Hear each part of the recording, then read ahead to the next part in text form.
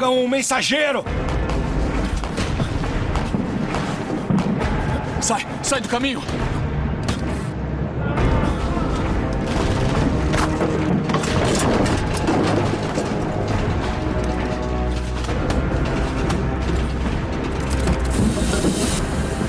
Gás! Máscaras de gás! Agora!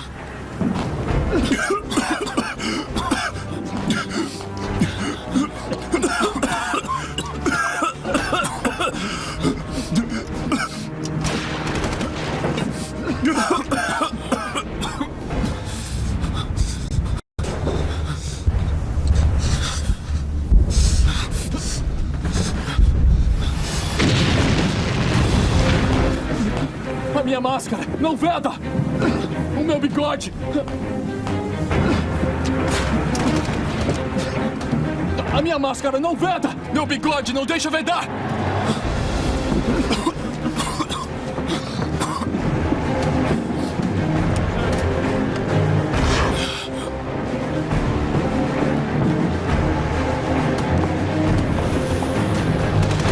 Já acabou? Está seguro? Já dissipou?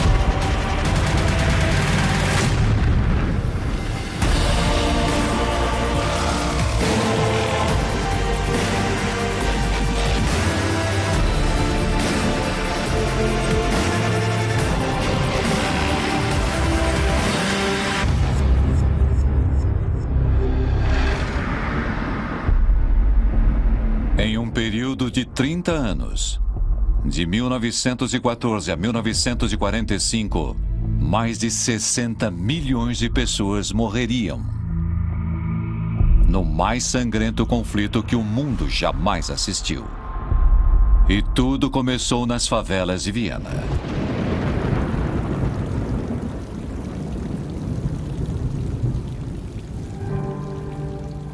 Aos 25 anos de idade, Adolf Hitler é um pobre e solitário aspirante a artista, lutando para sobreviver.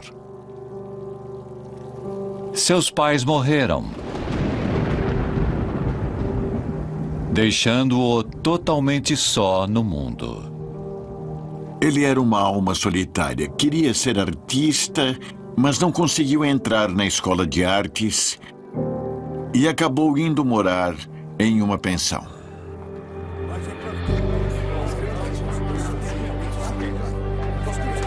Sem meios de prover o próprio sustento, só conseguia algum dinheiro vendendo desenhos pela cidade. Por quase nada. Hitler não tinha um plano B quando foi rejeitado. Ele simplesmente não sabia o que fazer, então começou a vaguear. Ele tinha pouquíssimo dinheiro e mal conseguia subsistir.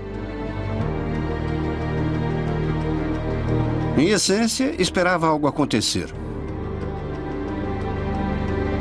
E logo, um evento fortuito a 720 quilômetros de distância mudaria tudo.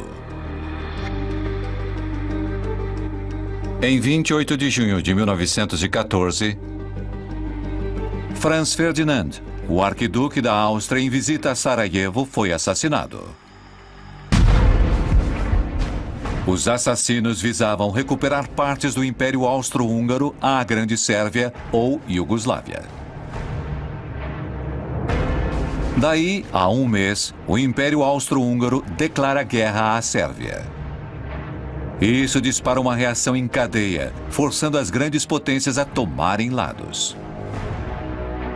Emergindo da confusão, o Império Britânico, a República da França e a Rússia se unem e passam a ser conhecidos como os aliados. Enquanto Áustria e Hungria, a Alemanha e o Império Otomano formam as potências do centro.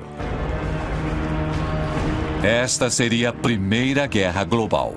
Homens de ambos os lados correm para juntar-se na luta. Hitler, em princípio, apenas se esquiva à convocação pelo exército austríaco. Sua visão antissemita o deixa relutante em lutar por sua pátria multicultural. Ele é um patriota germânico apaixonado. Preso na diversidade multiétnica e cultural do Império dos Habsburgos. Como austríaco, era pan-germânico.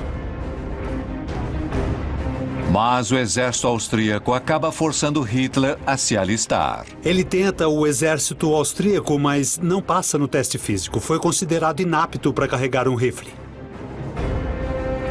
Livre da convocação austríaca, Hitler se volta para a Alemanha, uma nação que ele vê como racialmente pura. Ele é aceito pelo exército alemão, que pretendia formar a maior força de combate que o mundo já havia visto.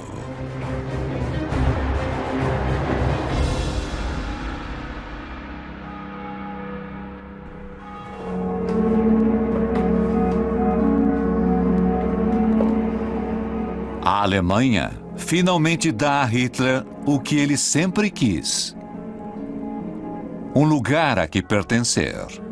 Integrar o exército alemão na Primeira Guerra Mundial foi algo que Hitler apreciou intensamente.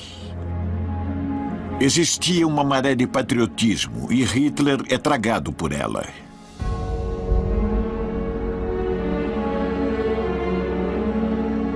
Ombro, arma! Apresentar arma!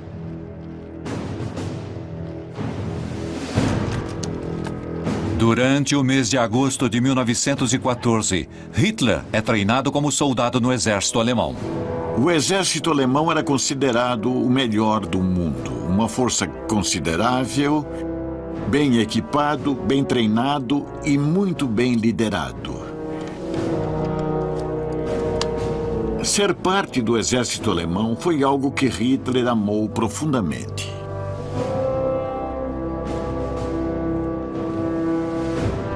A estrutura de treinamento transformou Hitler em um devotado soldado alemão.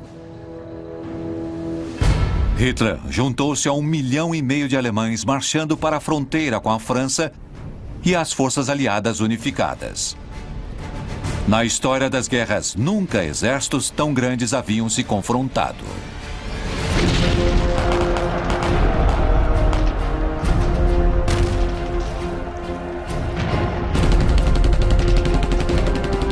se olhar para a Primeira Guerra Mundial, trata-se de metralhadoras e todo tipo de novas máquinas de matar. É o início do século XX, a era da tecnologia. Não se tratava mais de homens a cavalo. Essa foi uma guerra motorizada. O armamento avançado transforma o conflito em um massacre. 230 homens eram mortos a cada hora. Uma morte a cada 15 segundos. Eles descobriram que, mesmo cavando trincheiras rasas e usando metralhadoras, tropas pouco numerosas podiam deter grandes forças de ataque. Era importante impedir que os invasores passassem. Assim, as trincheiras surgiram e acabaram por se estender por todo o caminho até o Mar do Norte. De outubro a novembro de 1914, vimos a linha de trincheiras cruzando 700 quilômetros do Mar do Norte até a Suíça. As trincheiras somaram 40 mil quilômetros, o suficiente para dar a volta ao mundo. Logo depois da guerra começar, ambos os lados descobriram que podiam se entrincheirar e o outro lado não podia expulsá-los. Podiam fazer o inimigo recuar alguns quilômetros, mas apenas a um custo horrendo. Por causa disso, a guerra atolou nos lamaçais do norte da França.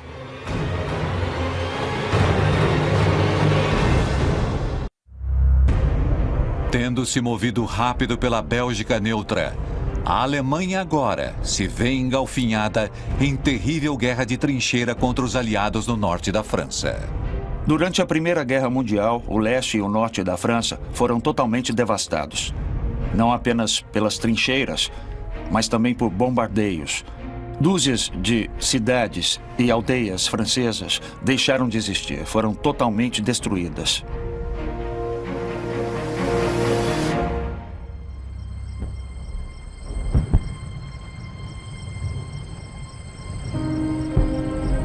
O comandante de um pelotão do exército francês é um dos primeiros feridos. Mas ele retorna ao campo determinado a conseguir vantagem ante as potências do centro. Seu nome era Charles de Gaulle.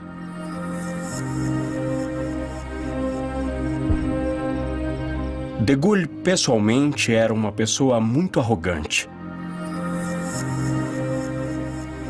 Ele preferiu a carreira militar porque acreditava na aventura. Ele acreditava nas campanhas de Napoleão. De Gaulle, filho de aristocratas e intelectuais, tinha um espírito patriótico. Primeiramente, ele se notabiliza por sondar o campo de batalha, entrando em território inimigo para espionar os alemães.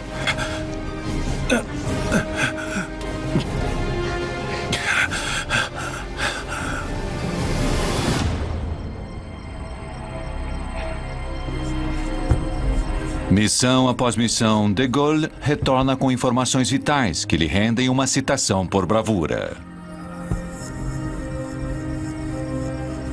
Ele se mostra um líder natural com um futuro promissor.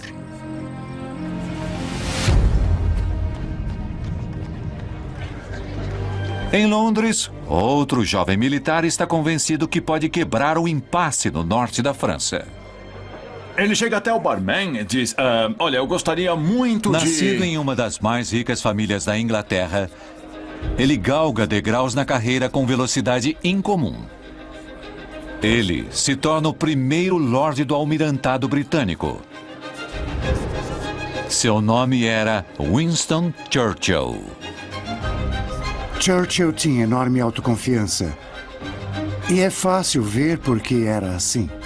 Ele era filho de Lord Randolph Churchill, um político brilhante. E assim Churchill, desde bem jovem, via-se quase como, por direito divino, desempenhando um papel de liderança na política. Churchill elabora um plano ousado que certamente mudaria a sorte dos aliados. Em 1914, Winston Churchill era o garoto prodígio da política britânica. Todos concordavam que ele era um gênio, inclusive ele mesmo. Ele tinha uma enorme vantagem. Era o único no governo que entendeu a guerra. E se nós enviássemos a frota ao sul, pelo Mar Negro? Suprir os russos? Sim, exatamente. Não há como. É claro que há. Por Galípoli. Galípoli?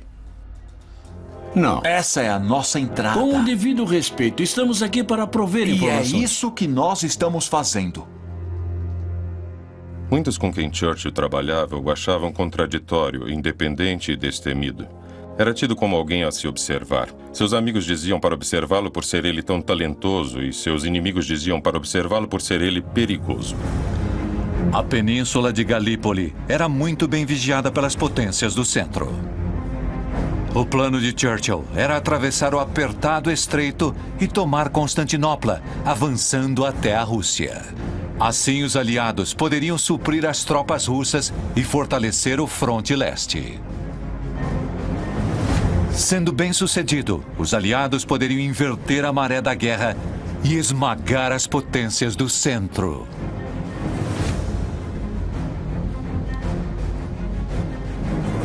A armada compreendia mais de 100 vasos de guerra no que seria a maior invasão anfíbia que o mundo já havia visto.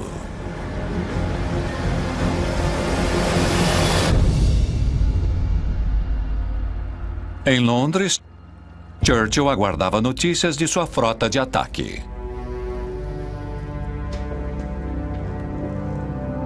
Sempre me perguntam qual a decisão mais difícil que já tomei, e é sempre a decisão de enviar homens para a batalha, e a pior parte disso tudo é a noite em que a batalha começa.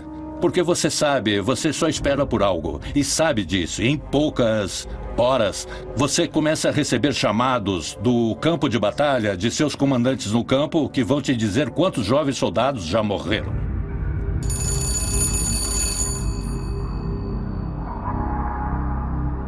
Sim. Estão próximos ao estreito. Devem começar a travessia agora. Vão conseguir. 4 barcos afundaram. Outro está em chamas. Bem, perdas eram esperadas. A frota pede permissão para retornar. Senhores, devem avançar a qualquer custo. Isso é guerra.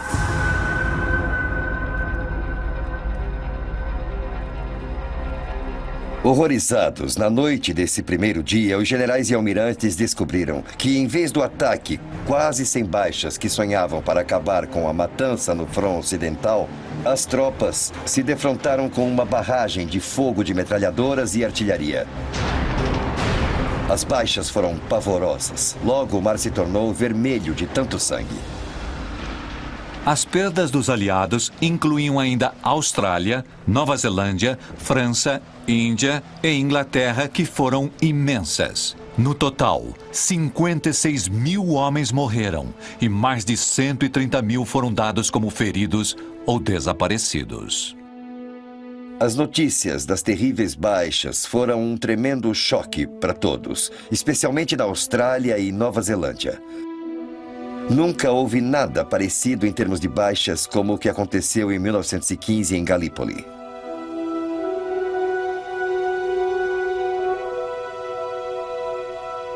A invasão foi um revés devastador.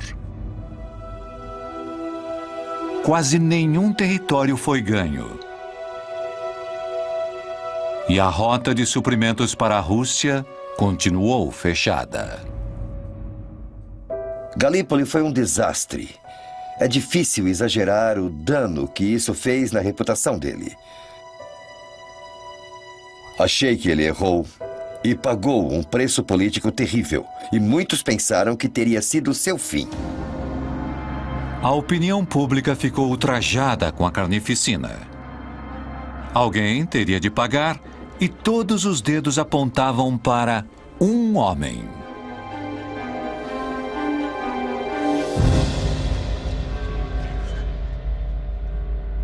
Agora acabou. O plano era sólido. Como disse? O plano era sólido. Só o que precisávamos era ter continuado em Receio frente. que seus serviços como primeiro lorde do almirantado não sejam mais necessários. Espero por sua carta de renúncia ao amanhecer.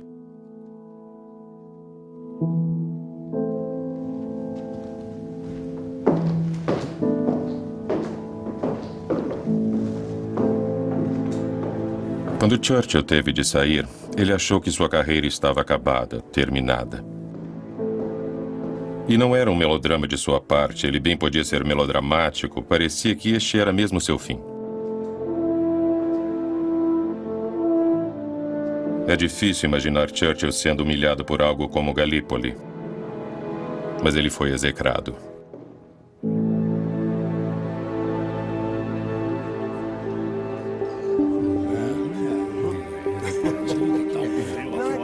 Derrotado e humilhado. A carreira de Churchill estava arruinada. Foi-lhe oferecido um emprego de escriturário que ele recusou. Ele sabia que para ser redimido, precisaria de um novo caminho.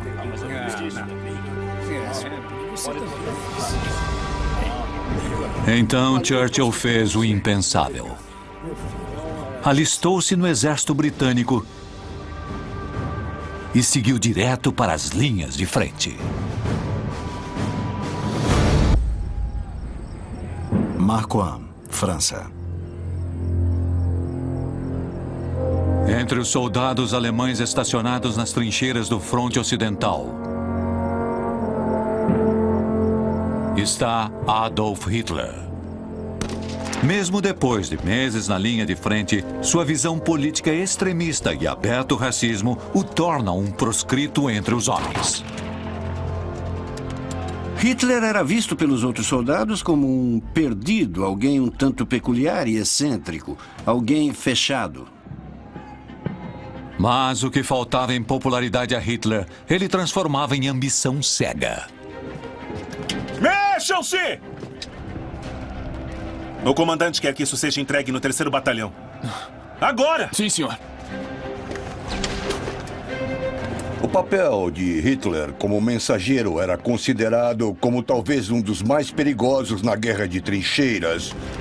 Correndo de trincheira a trincheira, ficando exposto ao fogo do inimigo, a taxa de mortalidade entre os mensageiros era bastante significativa. Retirada!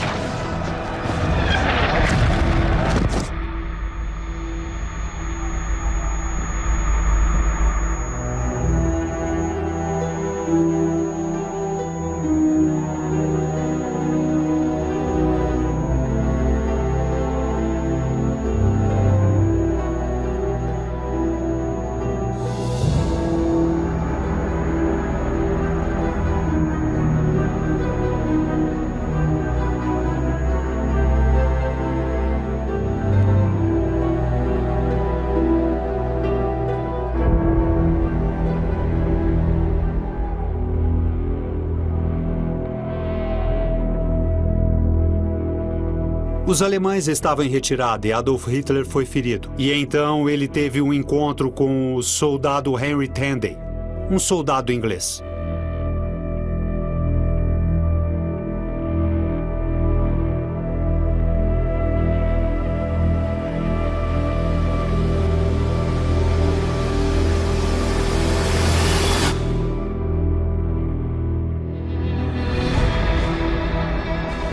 Tandy tinha Adolf Hitler em sua mira. E, mesmo tendo sido treinado para isso, ele não conseguiu puxar o gatilho.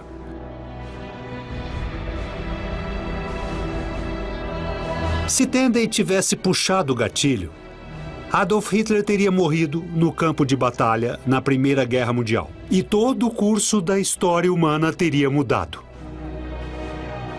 Com a vida poupada, Hitler começa a acreditar que está destinado à grandeza.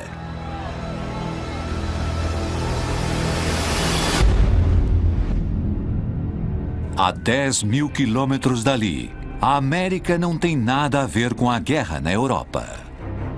Eles estão em sua própria guerra contra Pancho Villa. Villa é um general da Guerra Revolucionária do México. Ele realiza ataques ao longo da fronteira sul da América. Os Estados Unidos acabam de anunciar seu apoio ao presidente mexicano inimigo de Villa. Em retaliação, Villa e seus homens apreendem um trem de minério americano.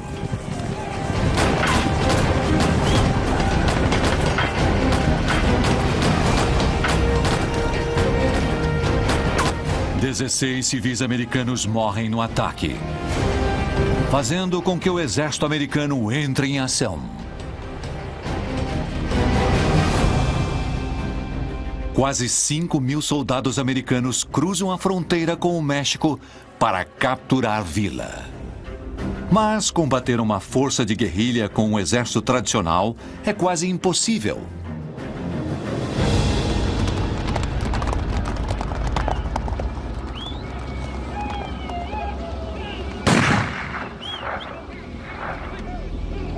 Mas um capitão do exército está determinado a descobrir um modo diferente de lutar. Seu nome é George S. Patton. Chihuahua, México.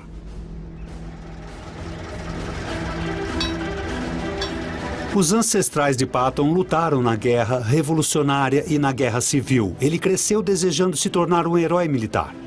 Ele tinha a reputação de ser esperto, duro e implacável. E tinha outra característica essencial na liderança militar.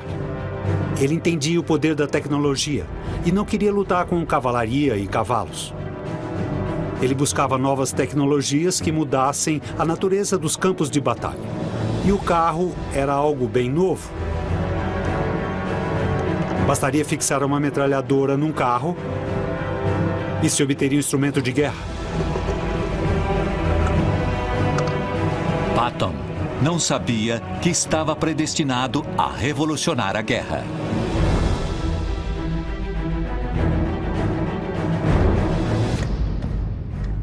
Acho que Patton sabia ir só em uma direção, que era para frente. Ele era carismático. Era um líder confiante. Acho que ele era um tanto egocêntrico. E isso é bom, contanto que se traduza em boa liderança, mas também pode ser prejudicial. Quase de imediato, Patton consegue pôr seu plano em ação.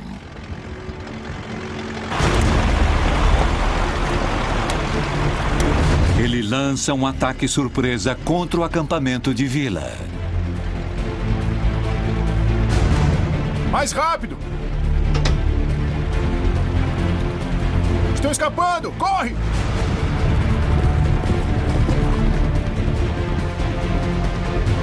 Se abaixa!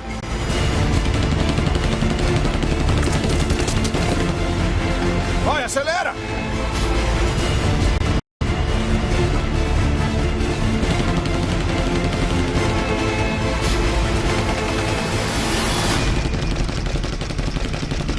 Os bandidos não são páreos para Patton e suas forças móveis.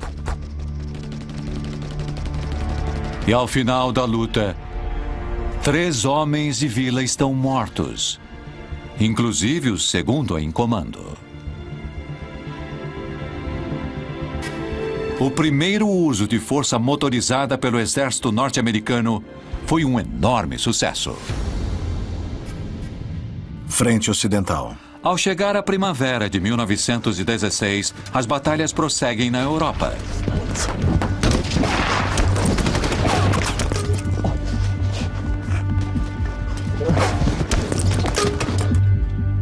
A Primeira Guerra Mundial foi uma das piores e mais sangrentas carnificinas dos tempos modernos.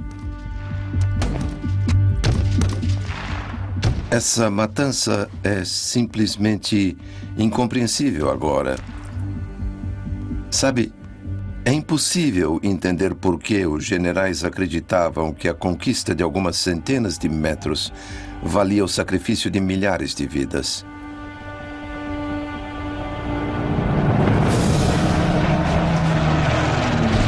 Com os aliados prensados contra a parede, a Alemanha tenta convencer a Itália a mudar de lado e juntar-se às potências do centro.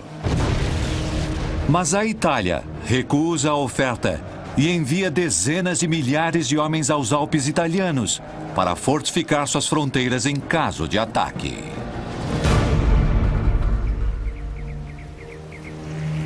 Dentre estes está um atirador de elite, chamado Benito Mussolini. Antes da guerra, Mussolini era um ativista anti-guerra, jornalista e franco-pacifista. Mas depois de 2 anos na linha de frente, seu antigo socialismo torna-se um nacionalismo radical. E agora, ele se dispõe a fazer todo o necessário para defender sua pátria. O tempo que passou defendendo as fronteiras italianas deixa Mussolini com sede de recuperar a Itália. Mussolini se torna uma pessoa muito diferente da que era antes da guerra. Toda sua atitude relativa à nação e seu papel mudam. Ele desenvolve um sentido hipernacionalista, seu verdadeiro orgulho é seu país. Os horrores da guerra transformam Mussolini em um matador habilidoso. Algo que levará consigo de volta a Roma.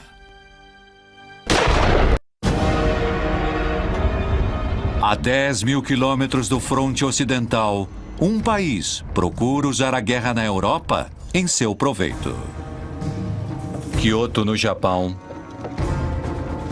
Por 50 anos, o Japão buscava modernizar sua cultura ancestral e ganhar respeito no cenário mundial. O país gastava a ampla maioria de seus recursos reforçando seu poderio militar. Substituir a tradição samurai por um exército moderno acabou se mostrando ser o teste final.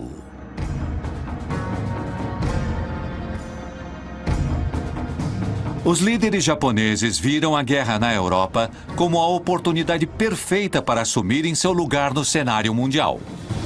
O Japão se junta às forças aliadas e declara guerra contra a Alemanha, passando então a invadir e ocupar territórios controlados pelos alemães no Pacífico, assegurando importantes rotas comerciais para a Grã-Bretanha. Enquanto o Japão expande seu império, um grupo de guerreiros de elite é criado para se juntar à luta.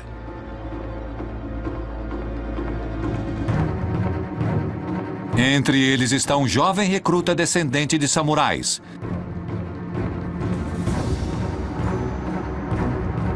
Seu nome é Hideki Tojo.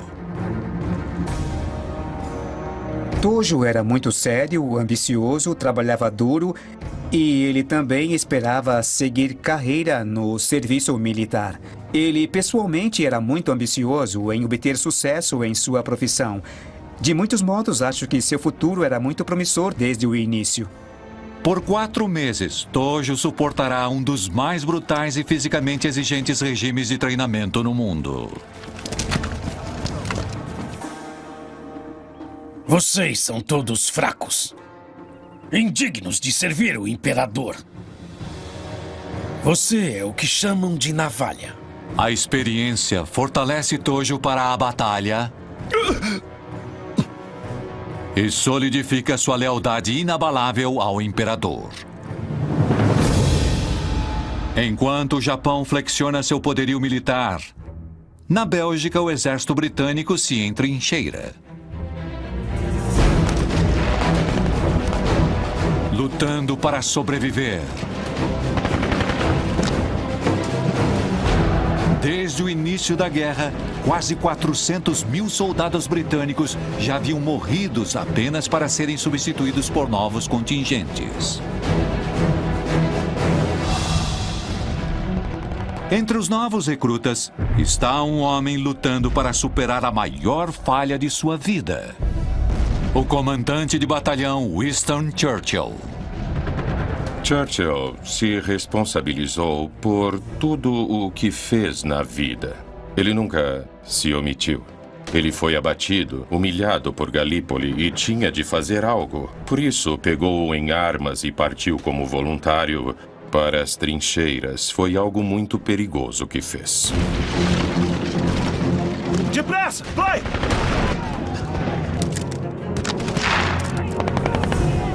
Senhor, o segundo pelotão perdeu sua principal trincheira. Chame o grupo reserva de morteiros do oeste agora.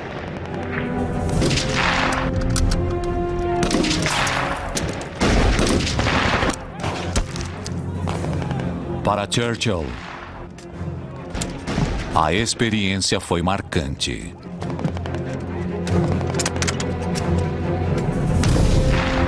É algo tremendamente assustador para começar. A primeira vez que eu fui baleado, sabe, não é um jogo, é real. O cara não me acertou de jeito, matou outro, mas amanhã vai tentar me matar. Como se diz entre os militares, isso abre seus olhos.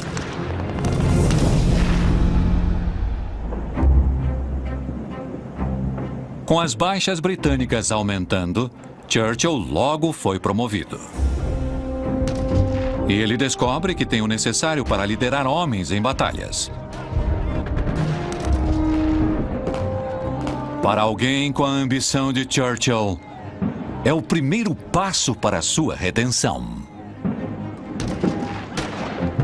Em seu coração, Churchill sempre quis ser um grande guerreiro, um grande herói. Cuidado! Cuidado! Lá estava ele, no comando de 800 homens, enquanto sonhava em comandar destinos em batalhas de milhões.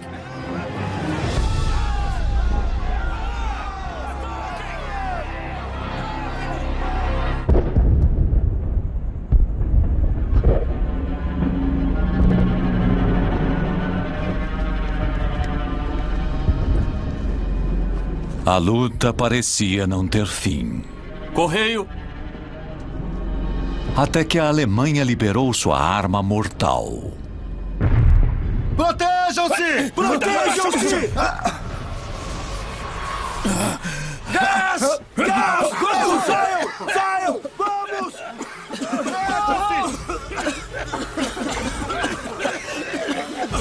Põe as máscaras! Põe as máscaras! Põe as máscaras!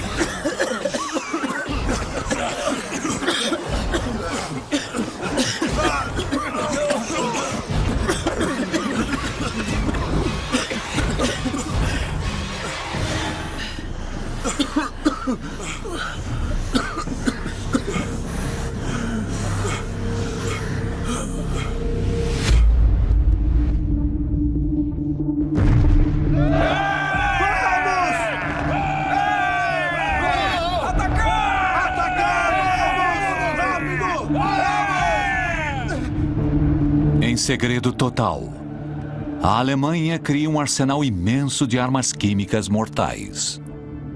Rapidamente começam a bombardear os canadenses e demais aliados com gases mortais, como o cloro e o fosgênio. Dezenas de milhares de soldados são brutalmente sufocados nas trincheiras. Era para aterrorizar e levava a uma morte horrível. Foi a ilustração perfeita dessa morte em massa que caracterizou a Primeira Guerra Mundial. Com armas químicas em seu arsenal, a vitória alemã parecia certa.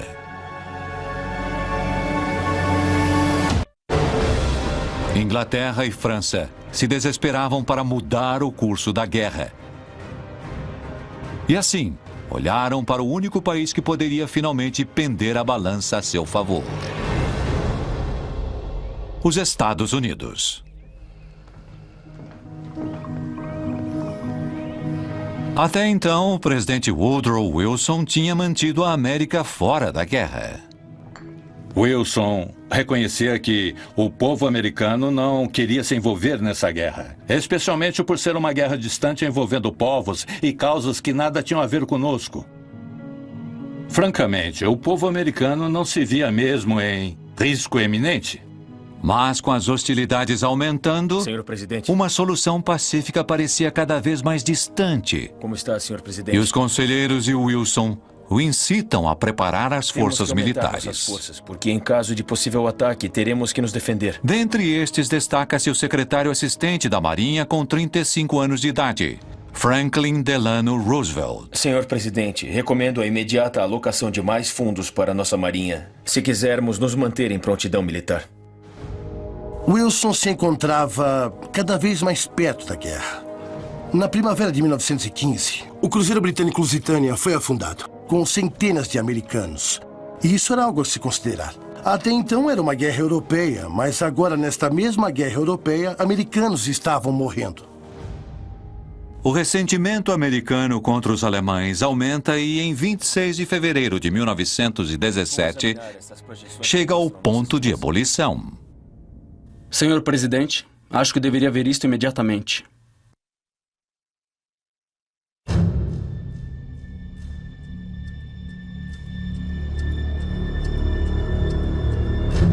Os Estados Unidos interceptam um telegrama secreto dos alemães para o governo mexicano com uma proposta chocante. Os alemães ofereciam apoio para uma invasão mexicana aos Estados Unidos, reivindicando os territórios dos estados fronteiriços do Arizona, Novo México e Texas. A intenção dos alemães era preocupar a América com a guerra no México, de modo a mantê-la afastada da Europa. Bem, isso acirrou os ânimos dos americanos e com razão. O governo americano liberou o teor da mensagem secreta e quase imediatamente protestos antigermânicos irromperam por toda a América. O telegrama Zimmermann foi uma das coisas mais idiotas que o governo alemão fez. O Texas não se importava com a guerra na Europa, mas agora, de repente, os alemães tentavam devolver o Texas para o México. Chega de alemães. Eles precisavam aprender a lição. O presidente Wilson assina a declaração de guerra em abril de 1917. O plano alemão de manter a América fora da guerra surtiu efeito contrário. O povo americano finalmente estava preparado para a guerra, mas não os militares. Os Estados Unidos tinham um exército com apenas 100 mil homens em armas, enquanto que a Alemanha tinha 4,5 milhões. Os Estados Unidos correm para reforçar seus contingentes, enquanto os poucos com experiência de combate são enviados à França, onde alguns seriam treinados por um promissor jovem capitão. Temos que ficar de olho, sabe? Realmente, nós temos dois grupos aqui, George S. Patton recebe um enorme desafio: comandar um batalhão de americanos usando a última inovação militar.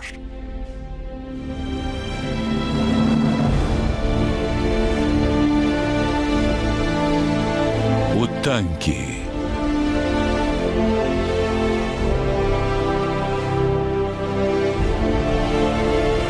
Alguns generais americanos resistiram muito ao tanque porque não queriam se livrar dos cavalos. George Patton entendeu o poder da nova tecnologia, da guerra com exército móvel, e investiu muito nisso.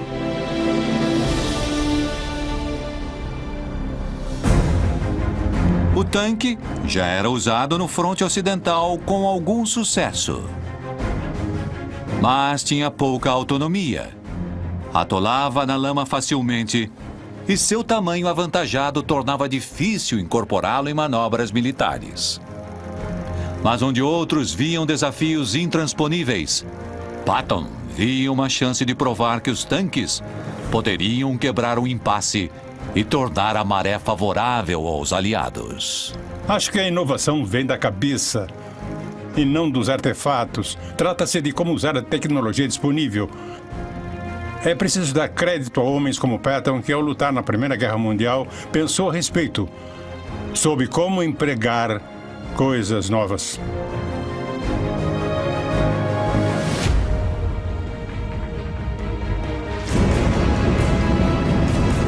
Patton sabia que a aposta era alta. Mas com seu batalhão de tanque, ele estava determinado a vencer a guerra ou morrer tentando. Enquanto isso, com a América se preparando para a guerra, a Alemanha elaborava um plano para eliminar o fronte oriental e retirar a Rússia da guerra. 3 dias depois de a América entrar na guerra, os alemães carregaram sua arma secreta em um trem pesadamente guarnecido com destino à Rússia. Era uma arma que prometia destruir seus inimigos de dentro para fora.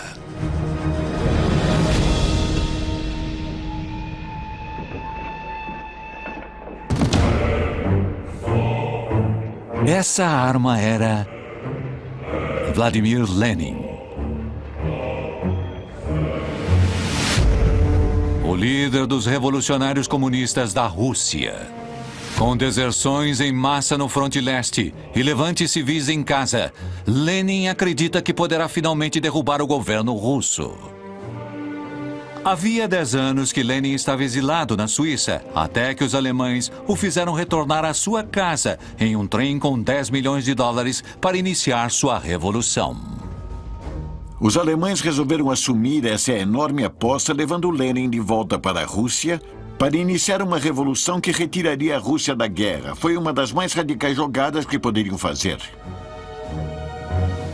Ao chegar a Moscou, Lenin é saudado por um de seus maiores revolucionários comunistas. Por 6 vezes foi exilado na Sibéria e por 6 vezes conseguiu escapar. Seu nome, Joseph Stalin. Camarada? Camarada? Vem, vou mostrar seu escritório. Reunidos, Stalin apoia Lenin enquanto este planeja sua rebelião armada, conforme os alemães desejavam. Pelos meses seguintes, Lenin e Stalin recrutam uma enorme milícia de trabalhadores. Usando os 10 milhões de dólares do governo alemão, sem alarde vão juntando um estoque de armas até ficarem prontos para agir. Estou preparado para tomar as estações de trem e as comunicações telefônicas. E a guarda do palácio? Muitas de nossas fontes confirmam que são simpáticos à nossa causa. Nosso sincronismo tem que ser perfeito.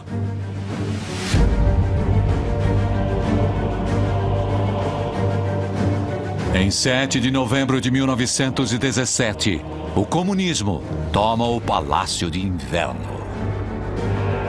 Derruba o governo da Rússia e pavimenta o caminho para a União Soviética.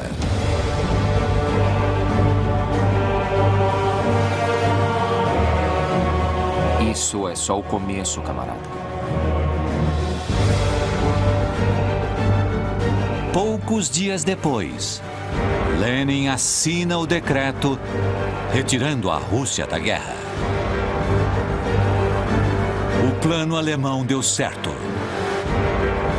e os leva a um passo mais perto da vitória. No próximo Guerras Mundiais, a América entra na luta. Mexam-se, mexam-se, mexam-se, mexam-se! Com os aliados firmes ao longo do fronte ocidental.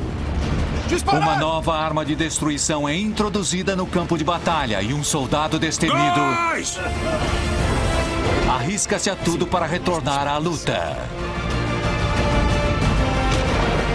E mesmo quando a paz está ao alcance, novas rivalidades começam.